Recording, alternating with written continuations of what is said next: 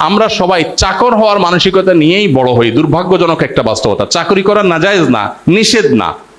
মুহাম্মদ সাল্লাল্লাহু আলাইহি ওয়াসাল্লামও পানি তোলার বিনিময়ে খাদ্য আহরণ করেছেন, উপার্জন করেছেন কখনো কখনো। অতএব চাকরি করা নাজায়েজ বা খারাপ কিছু না, কিন্তু মানসিকতাটা যদি হয় চাকর হওয়ার, তো এটা কখনো প্রশংসনীয় বিষয় হতে পারে না। আমাদের এন্টারপ্রেনার হওয়ার জন্য চেষ্টা করতে হবে, বিভিন্ন স্কিল অর্জন করতে হবে। ডক্টর মুখতার হাফিজাহুল্লাহ বলেছেন স্কিল অর্জন করার জন্য আমাদেরকে কাজ করতে হবে। আজকে আমাদের স্কিল নাই।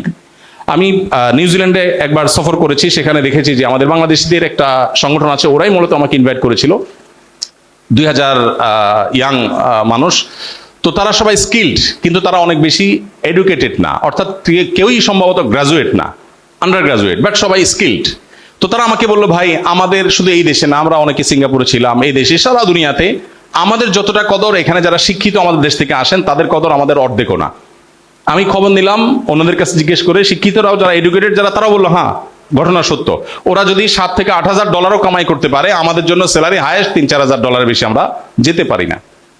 এত ডিমান্ড, এত তাদের জীবনে তারা স্বাবলম্বী হয়ে উঠেছে। আমাদের দেশে মানুষ পড়াশোনা করে, দিন শেষে স্বপ্ন একটাই, সে একজন চাকরিজীবী হবে, একটা ভালো চাকরি করবে, একজন বড় চাকর হবে। আমাদের মানসিকতার মধ্যে কখনো উদ্যোক্তা হয়ে ওঠার চেষ্টাটা সেভাবে হয়ে ওঠে না। সুন্নাহ ফাউন্ডেশন থেকে আমরা এই কাজটা অত্যন্ত জোরালোভাবে, অত্যন্ত শক্তিশালীভাবে, সর্বশক্তি দিয়ে আমরা করার চেষ্টা করেছি।